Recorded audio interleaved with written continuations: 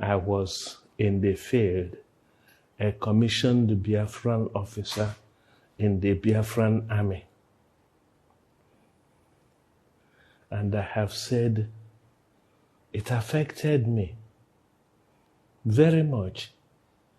I nearly lost my life. I have been carrying 1.5 lungs since then. Why was it? What really marked out the Igbos for the treatment they got in 1966? And no Nigerian shed a tear. We, the Igbo, felt that the other Nigerians were of the opinion serves them right. Serves us right. For what? That I left University of Nigeria and went to University of Ibadan. Serves me right. On scholarship. You know, so it has left a major distance. And I swore to myself that if the war ended and we came out,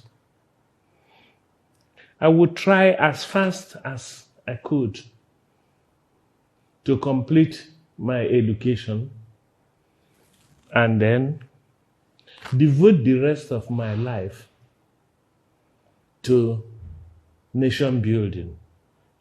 That we should have a nation, not a country. We have a country now.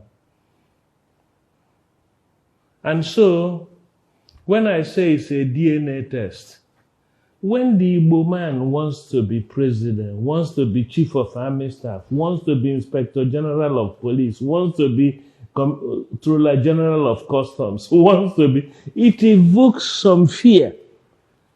And the Igbo very often ask themselves, are we really part of Nigeria? Why is it that our brothers and sisters don't trust us? What have we done? What is remarkable?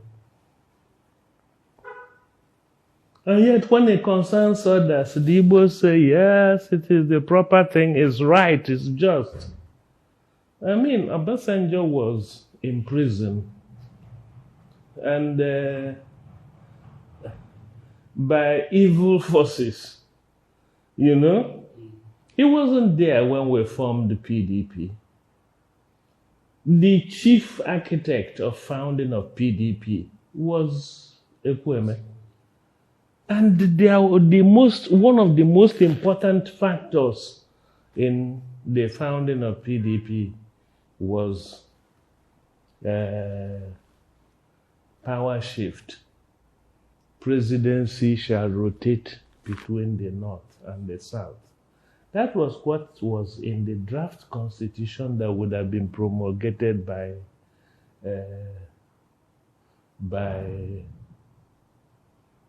Abacha. And most of the people arguing now, or their fathers, were present at that conference. But at that time, the argument came about June 12. And June 12 has nothing to do with Igbo or Yoruba. It had to do with Nigeria, that the Southerner won fair and clean. I mean, Dr. Sylvester Ugo, PhD, Harvard, Governor, Central Bank of Biafra, lost in his word to Abiola. His word is Mbise. It's as Igbo as you can be. His place is even where we had the Ahera Declaration. And yet, the people of Ahera, the Igbo people, left their son, PhD Harvard, Governor Central Bank of Biafra, and voted for Abiola. Is that a people you can say are parochial? That it was therefore right to get the first person, even though it had gone forward, PDP changed all its rules to make sure that it went to the Southwest because of that monumental injustice, which we are glad has now been redressed by this.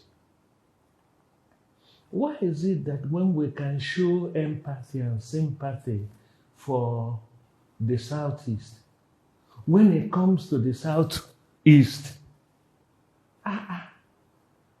you see them jumping into the ring? What is Tinubu jumping into the ring for? If he was such an apostle of 12 June,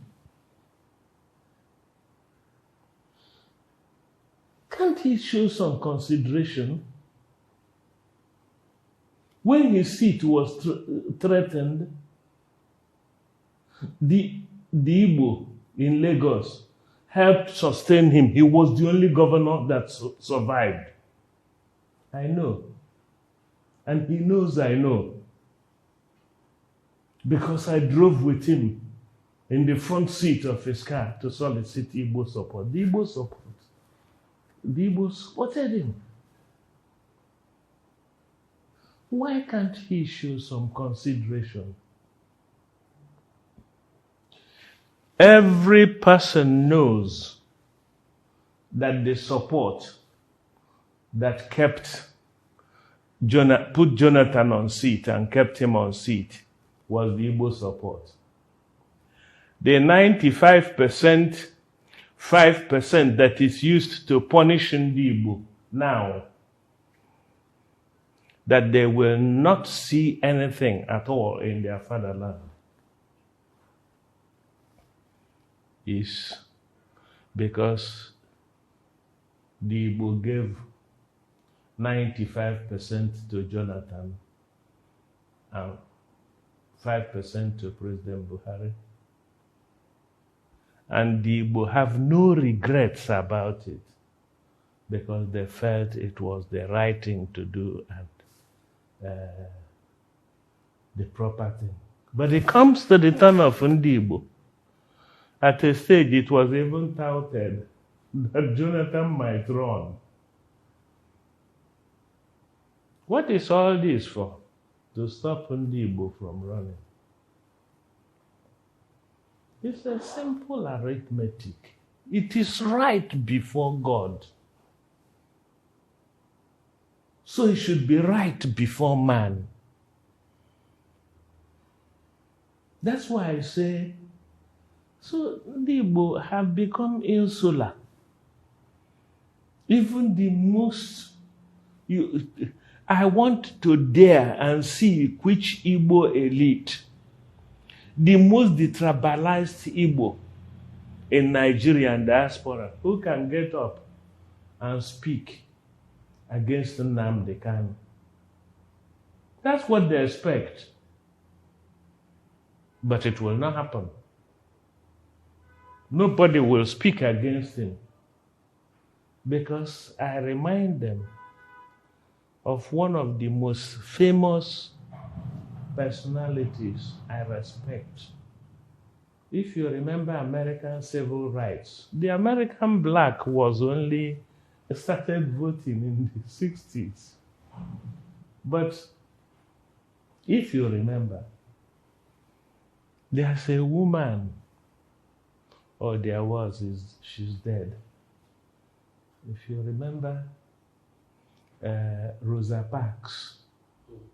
Rosa Parks was tired. There was nothing contemplated. Rosa Parks was just being tired,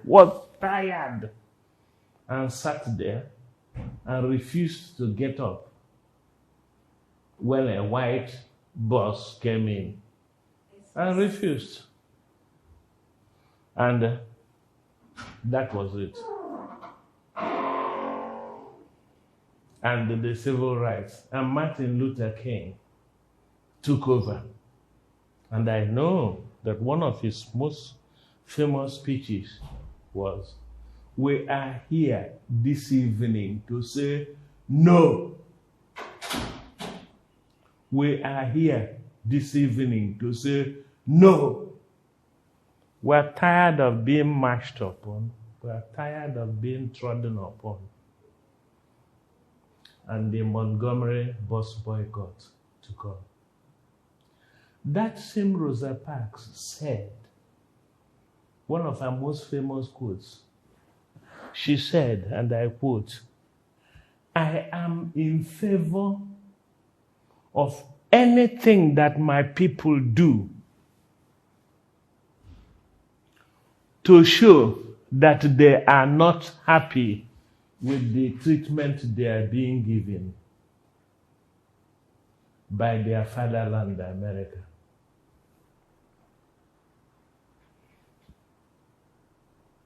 I, ABC Nwosu, am very unhappy about the treatment that Igbos are being given by their brethren and by their motherland, Nigeria. Start from 1999. What was the unity of the Yoruba? Where was Obasanjo? He was released from prison, granted state pardon, and he went down to Yoruba land, and Yoruba land gave him 0 votes. He didn't even win his ward or local government.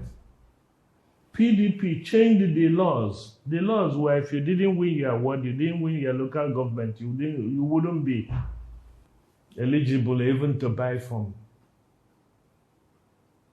How united were they that the person they didn't give even his word became president? Was that the product of Yoruba unity? It wasn't. It was justice, fairness, equity. A people who suffered the trauma of June 12 deserve to be given the shot. Ogbonniono had to give his presidential ticket for Lufalaye to contest. It wasn't personal. It was not for Obasanjo. It was right. It was proper. It was to correct the injustice. No nation is built on injustice and